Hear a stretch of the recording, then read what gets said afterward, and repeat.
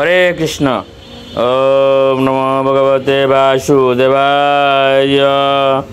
ওম নমো ভগবতে বাসুদেবায়। ওম নমো ভগবতে বাসুদেবায়। শ্রীমদ্ ভাগবত তৃতীয় স্কন্দ স্থানম সৃষ্টিস্থিতি পঞ্চদশ অধ্যায় ভগবত ধামের বর্ণনা। শ্লোক 1।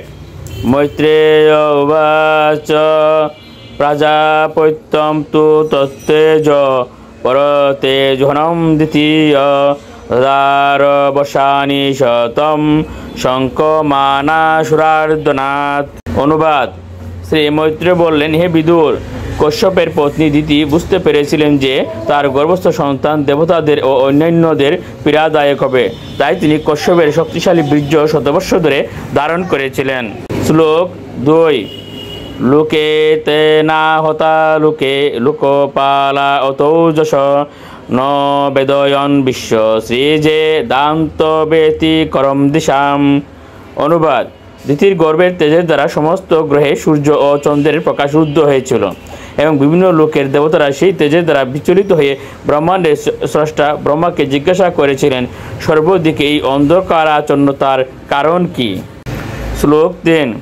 দেবা উচু তম এতদ বিবুবেতু সম্বিঘ্না যদ বয়ম বৃষম ন হে ব্যক্তম ভগবত কালে না স্পৃষ্ট বর্তমান।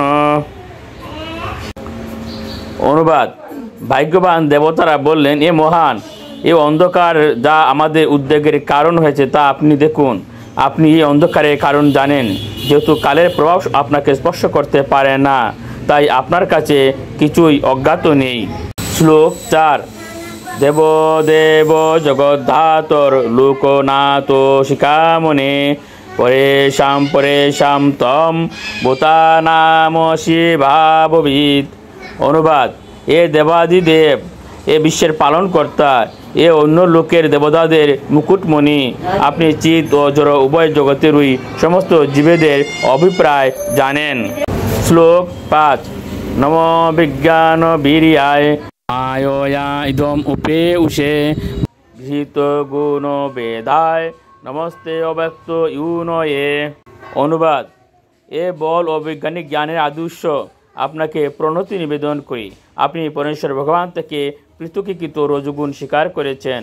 বৈরঙ্গা শক্তির সহায়তায় আপনি অব্যক্ত উৎস থেকে আবির্ভূত হয়েছেন। আপনাকে আমরা সর্বত্রভাবে প্রণতি নিবেদন করি। হরে কৃষ্ণ।